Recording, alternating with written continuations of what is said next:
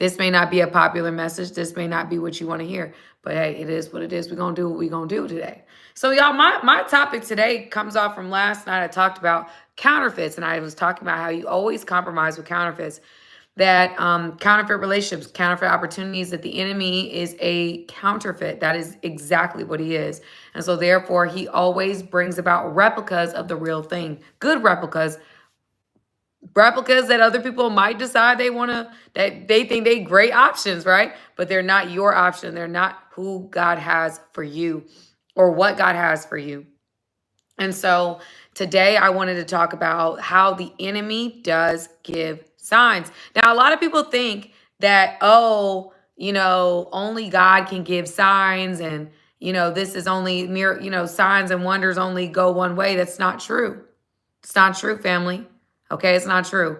That you can pray and there's another force that's listening to your prayers as well. This is not to scare you. This is to prepare you.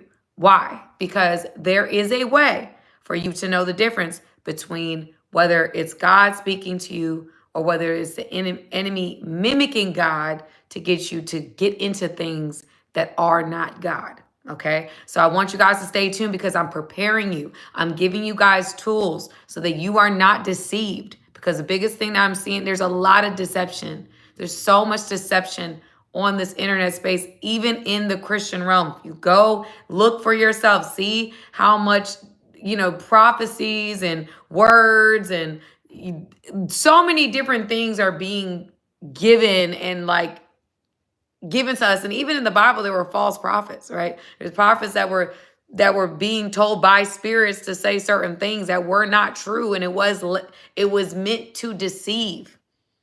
Okay, so that is why I want you guys to be prepared. All right, because I have been deceived. I'm not going to sit here and tell you I haven't. And I don't think that we go through things and we grow through things just for ourselves. I think that we go through things and we grow through things in order to help other people. Okay. Now on this journey, I've dealt with a lot. Like even this morning after last night's almost 2-hour live, I physically woke up not feeling well. I started dealing with vertigo, which was weird. I need to look that up. I don't know why I was dealing with vertigo. I'm like, this is weird.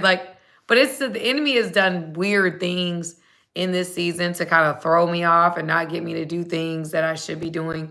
And it very much in the ways that I would need in order to do what God's called me to do, just to throw a wrench, but I don't care. I'm going to keep going anyway. So y'all, here are some things that I'm going to tell you guys a story so you guys understand what I mean. So at the, I'm not going to say the time frame. I'm going to give you guys a time frame. I ain't going to give you all that. There was a time in my life where I was starting to see God, and there was something that came into my life and I thought it was God. It very much kind of sounded like God, kind of looked like God. And so therefore I was really believing that this might have been a God thing. There were some things that I should have known, and I'm going to tell you guys what those things were in this live, but those things threw me off. I ended up making a decision I shouldn't have made. Okay. Overall, God works all things for our good. Thank God he is grace. He is full of grace and he's full of mercy, but I misinterpreted the sign because the signs that I was given were not from, I do not believe were from God. Okay. So first things first, if you have not already, hit that subscribe button, hit the like button for this live. Let's go ahead and make this thing go in as many algorithms as possible, because I do believe that people are being deceived and they need to know how to not be deceived. There's a lot out here and the deception is very real. So please go ahead and like, share, and subscribe, because I'm going to put out more content that I believe is relevant to you and that can help you on your journey, because I have been deceived. I've gone the wrong way. I can write several books about it. So let's get into it. Anyway, so in this situation, it very much looked like God. I thought it was God, And I started asking God for signs because there was something about me that just didn't sit right with the situation. Like there was something about it that really, even though I felt like it was like they were just almost like too good to be true. There was so much going on. I'm like, oh, I think this is God. I think this is God. But y'all, there were things like my spirit just still was not at peace with it. Like there was just things that I was struggling with, even with me believing like this was, it appeared to be so,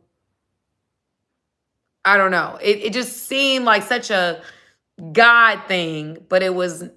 There was things about it that just weren't right. So I was having an uneasiness about it because there was a conflict between, there was things about it that seemed like God, and there was things about it that didn't seem like God. Like there were things that were going against biblical teaching. There was things that were being asked of me that were not in line with scripture, right? So there were things about the situation that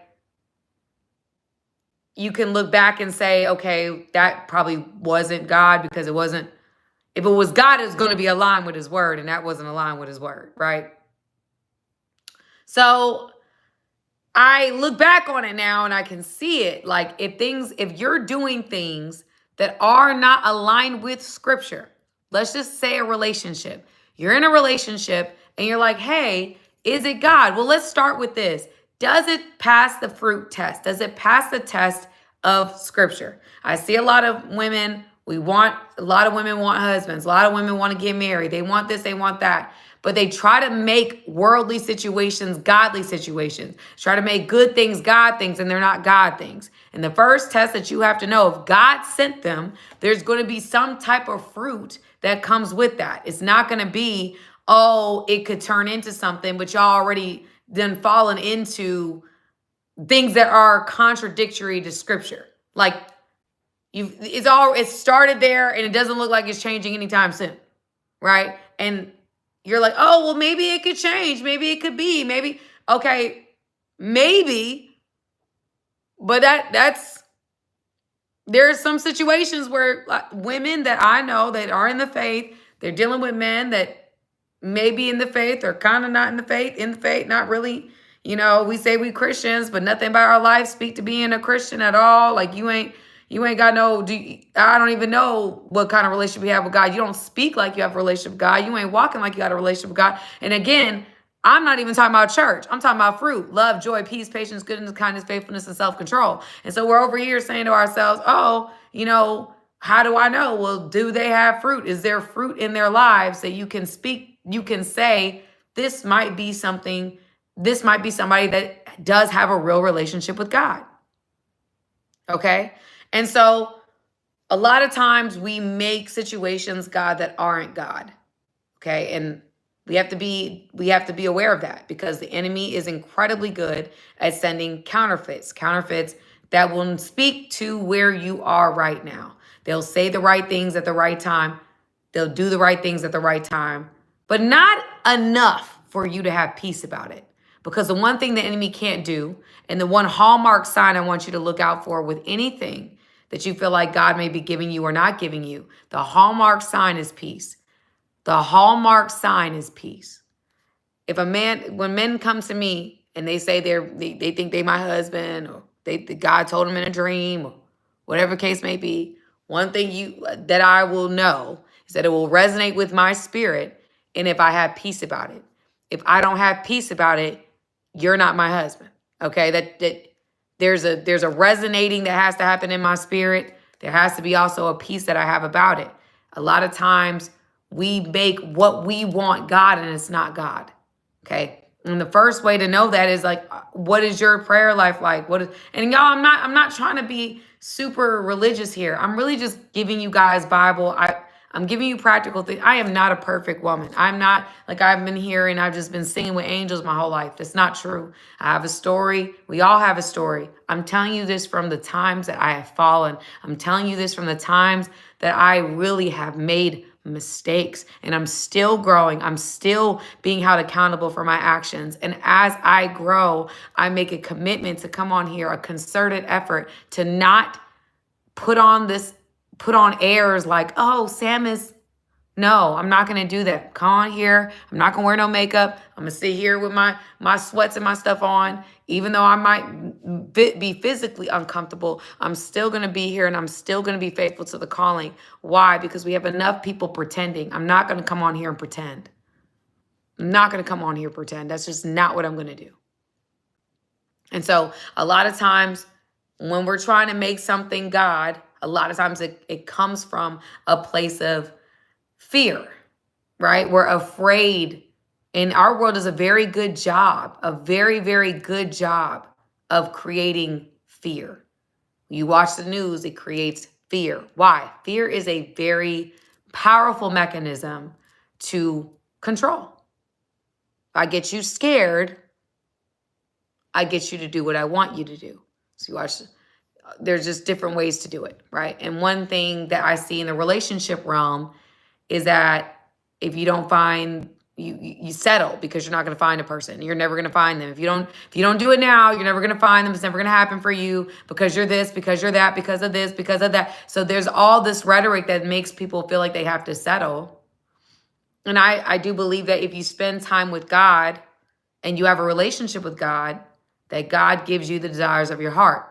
God gives you the desires of your heart, and he gives you the desires of your heart. Right? That's what I believe. I believe that if you're spending time with God and you're having those conversations with him and you're in the word, you're doing whatever, he starts to change you. He starts to change you from the inside out. There's things that you wanted you no longer want anymore. There are things that you do that you were doing that you no longer feel comfortable doing anymore.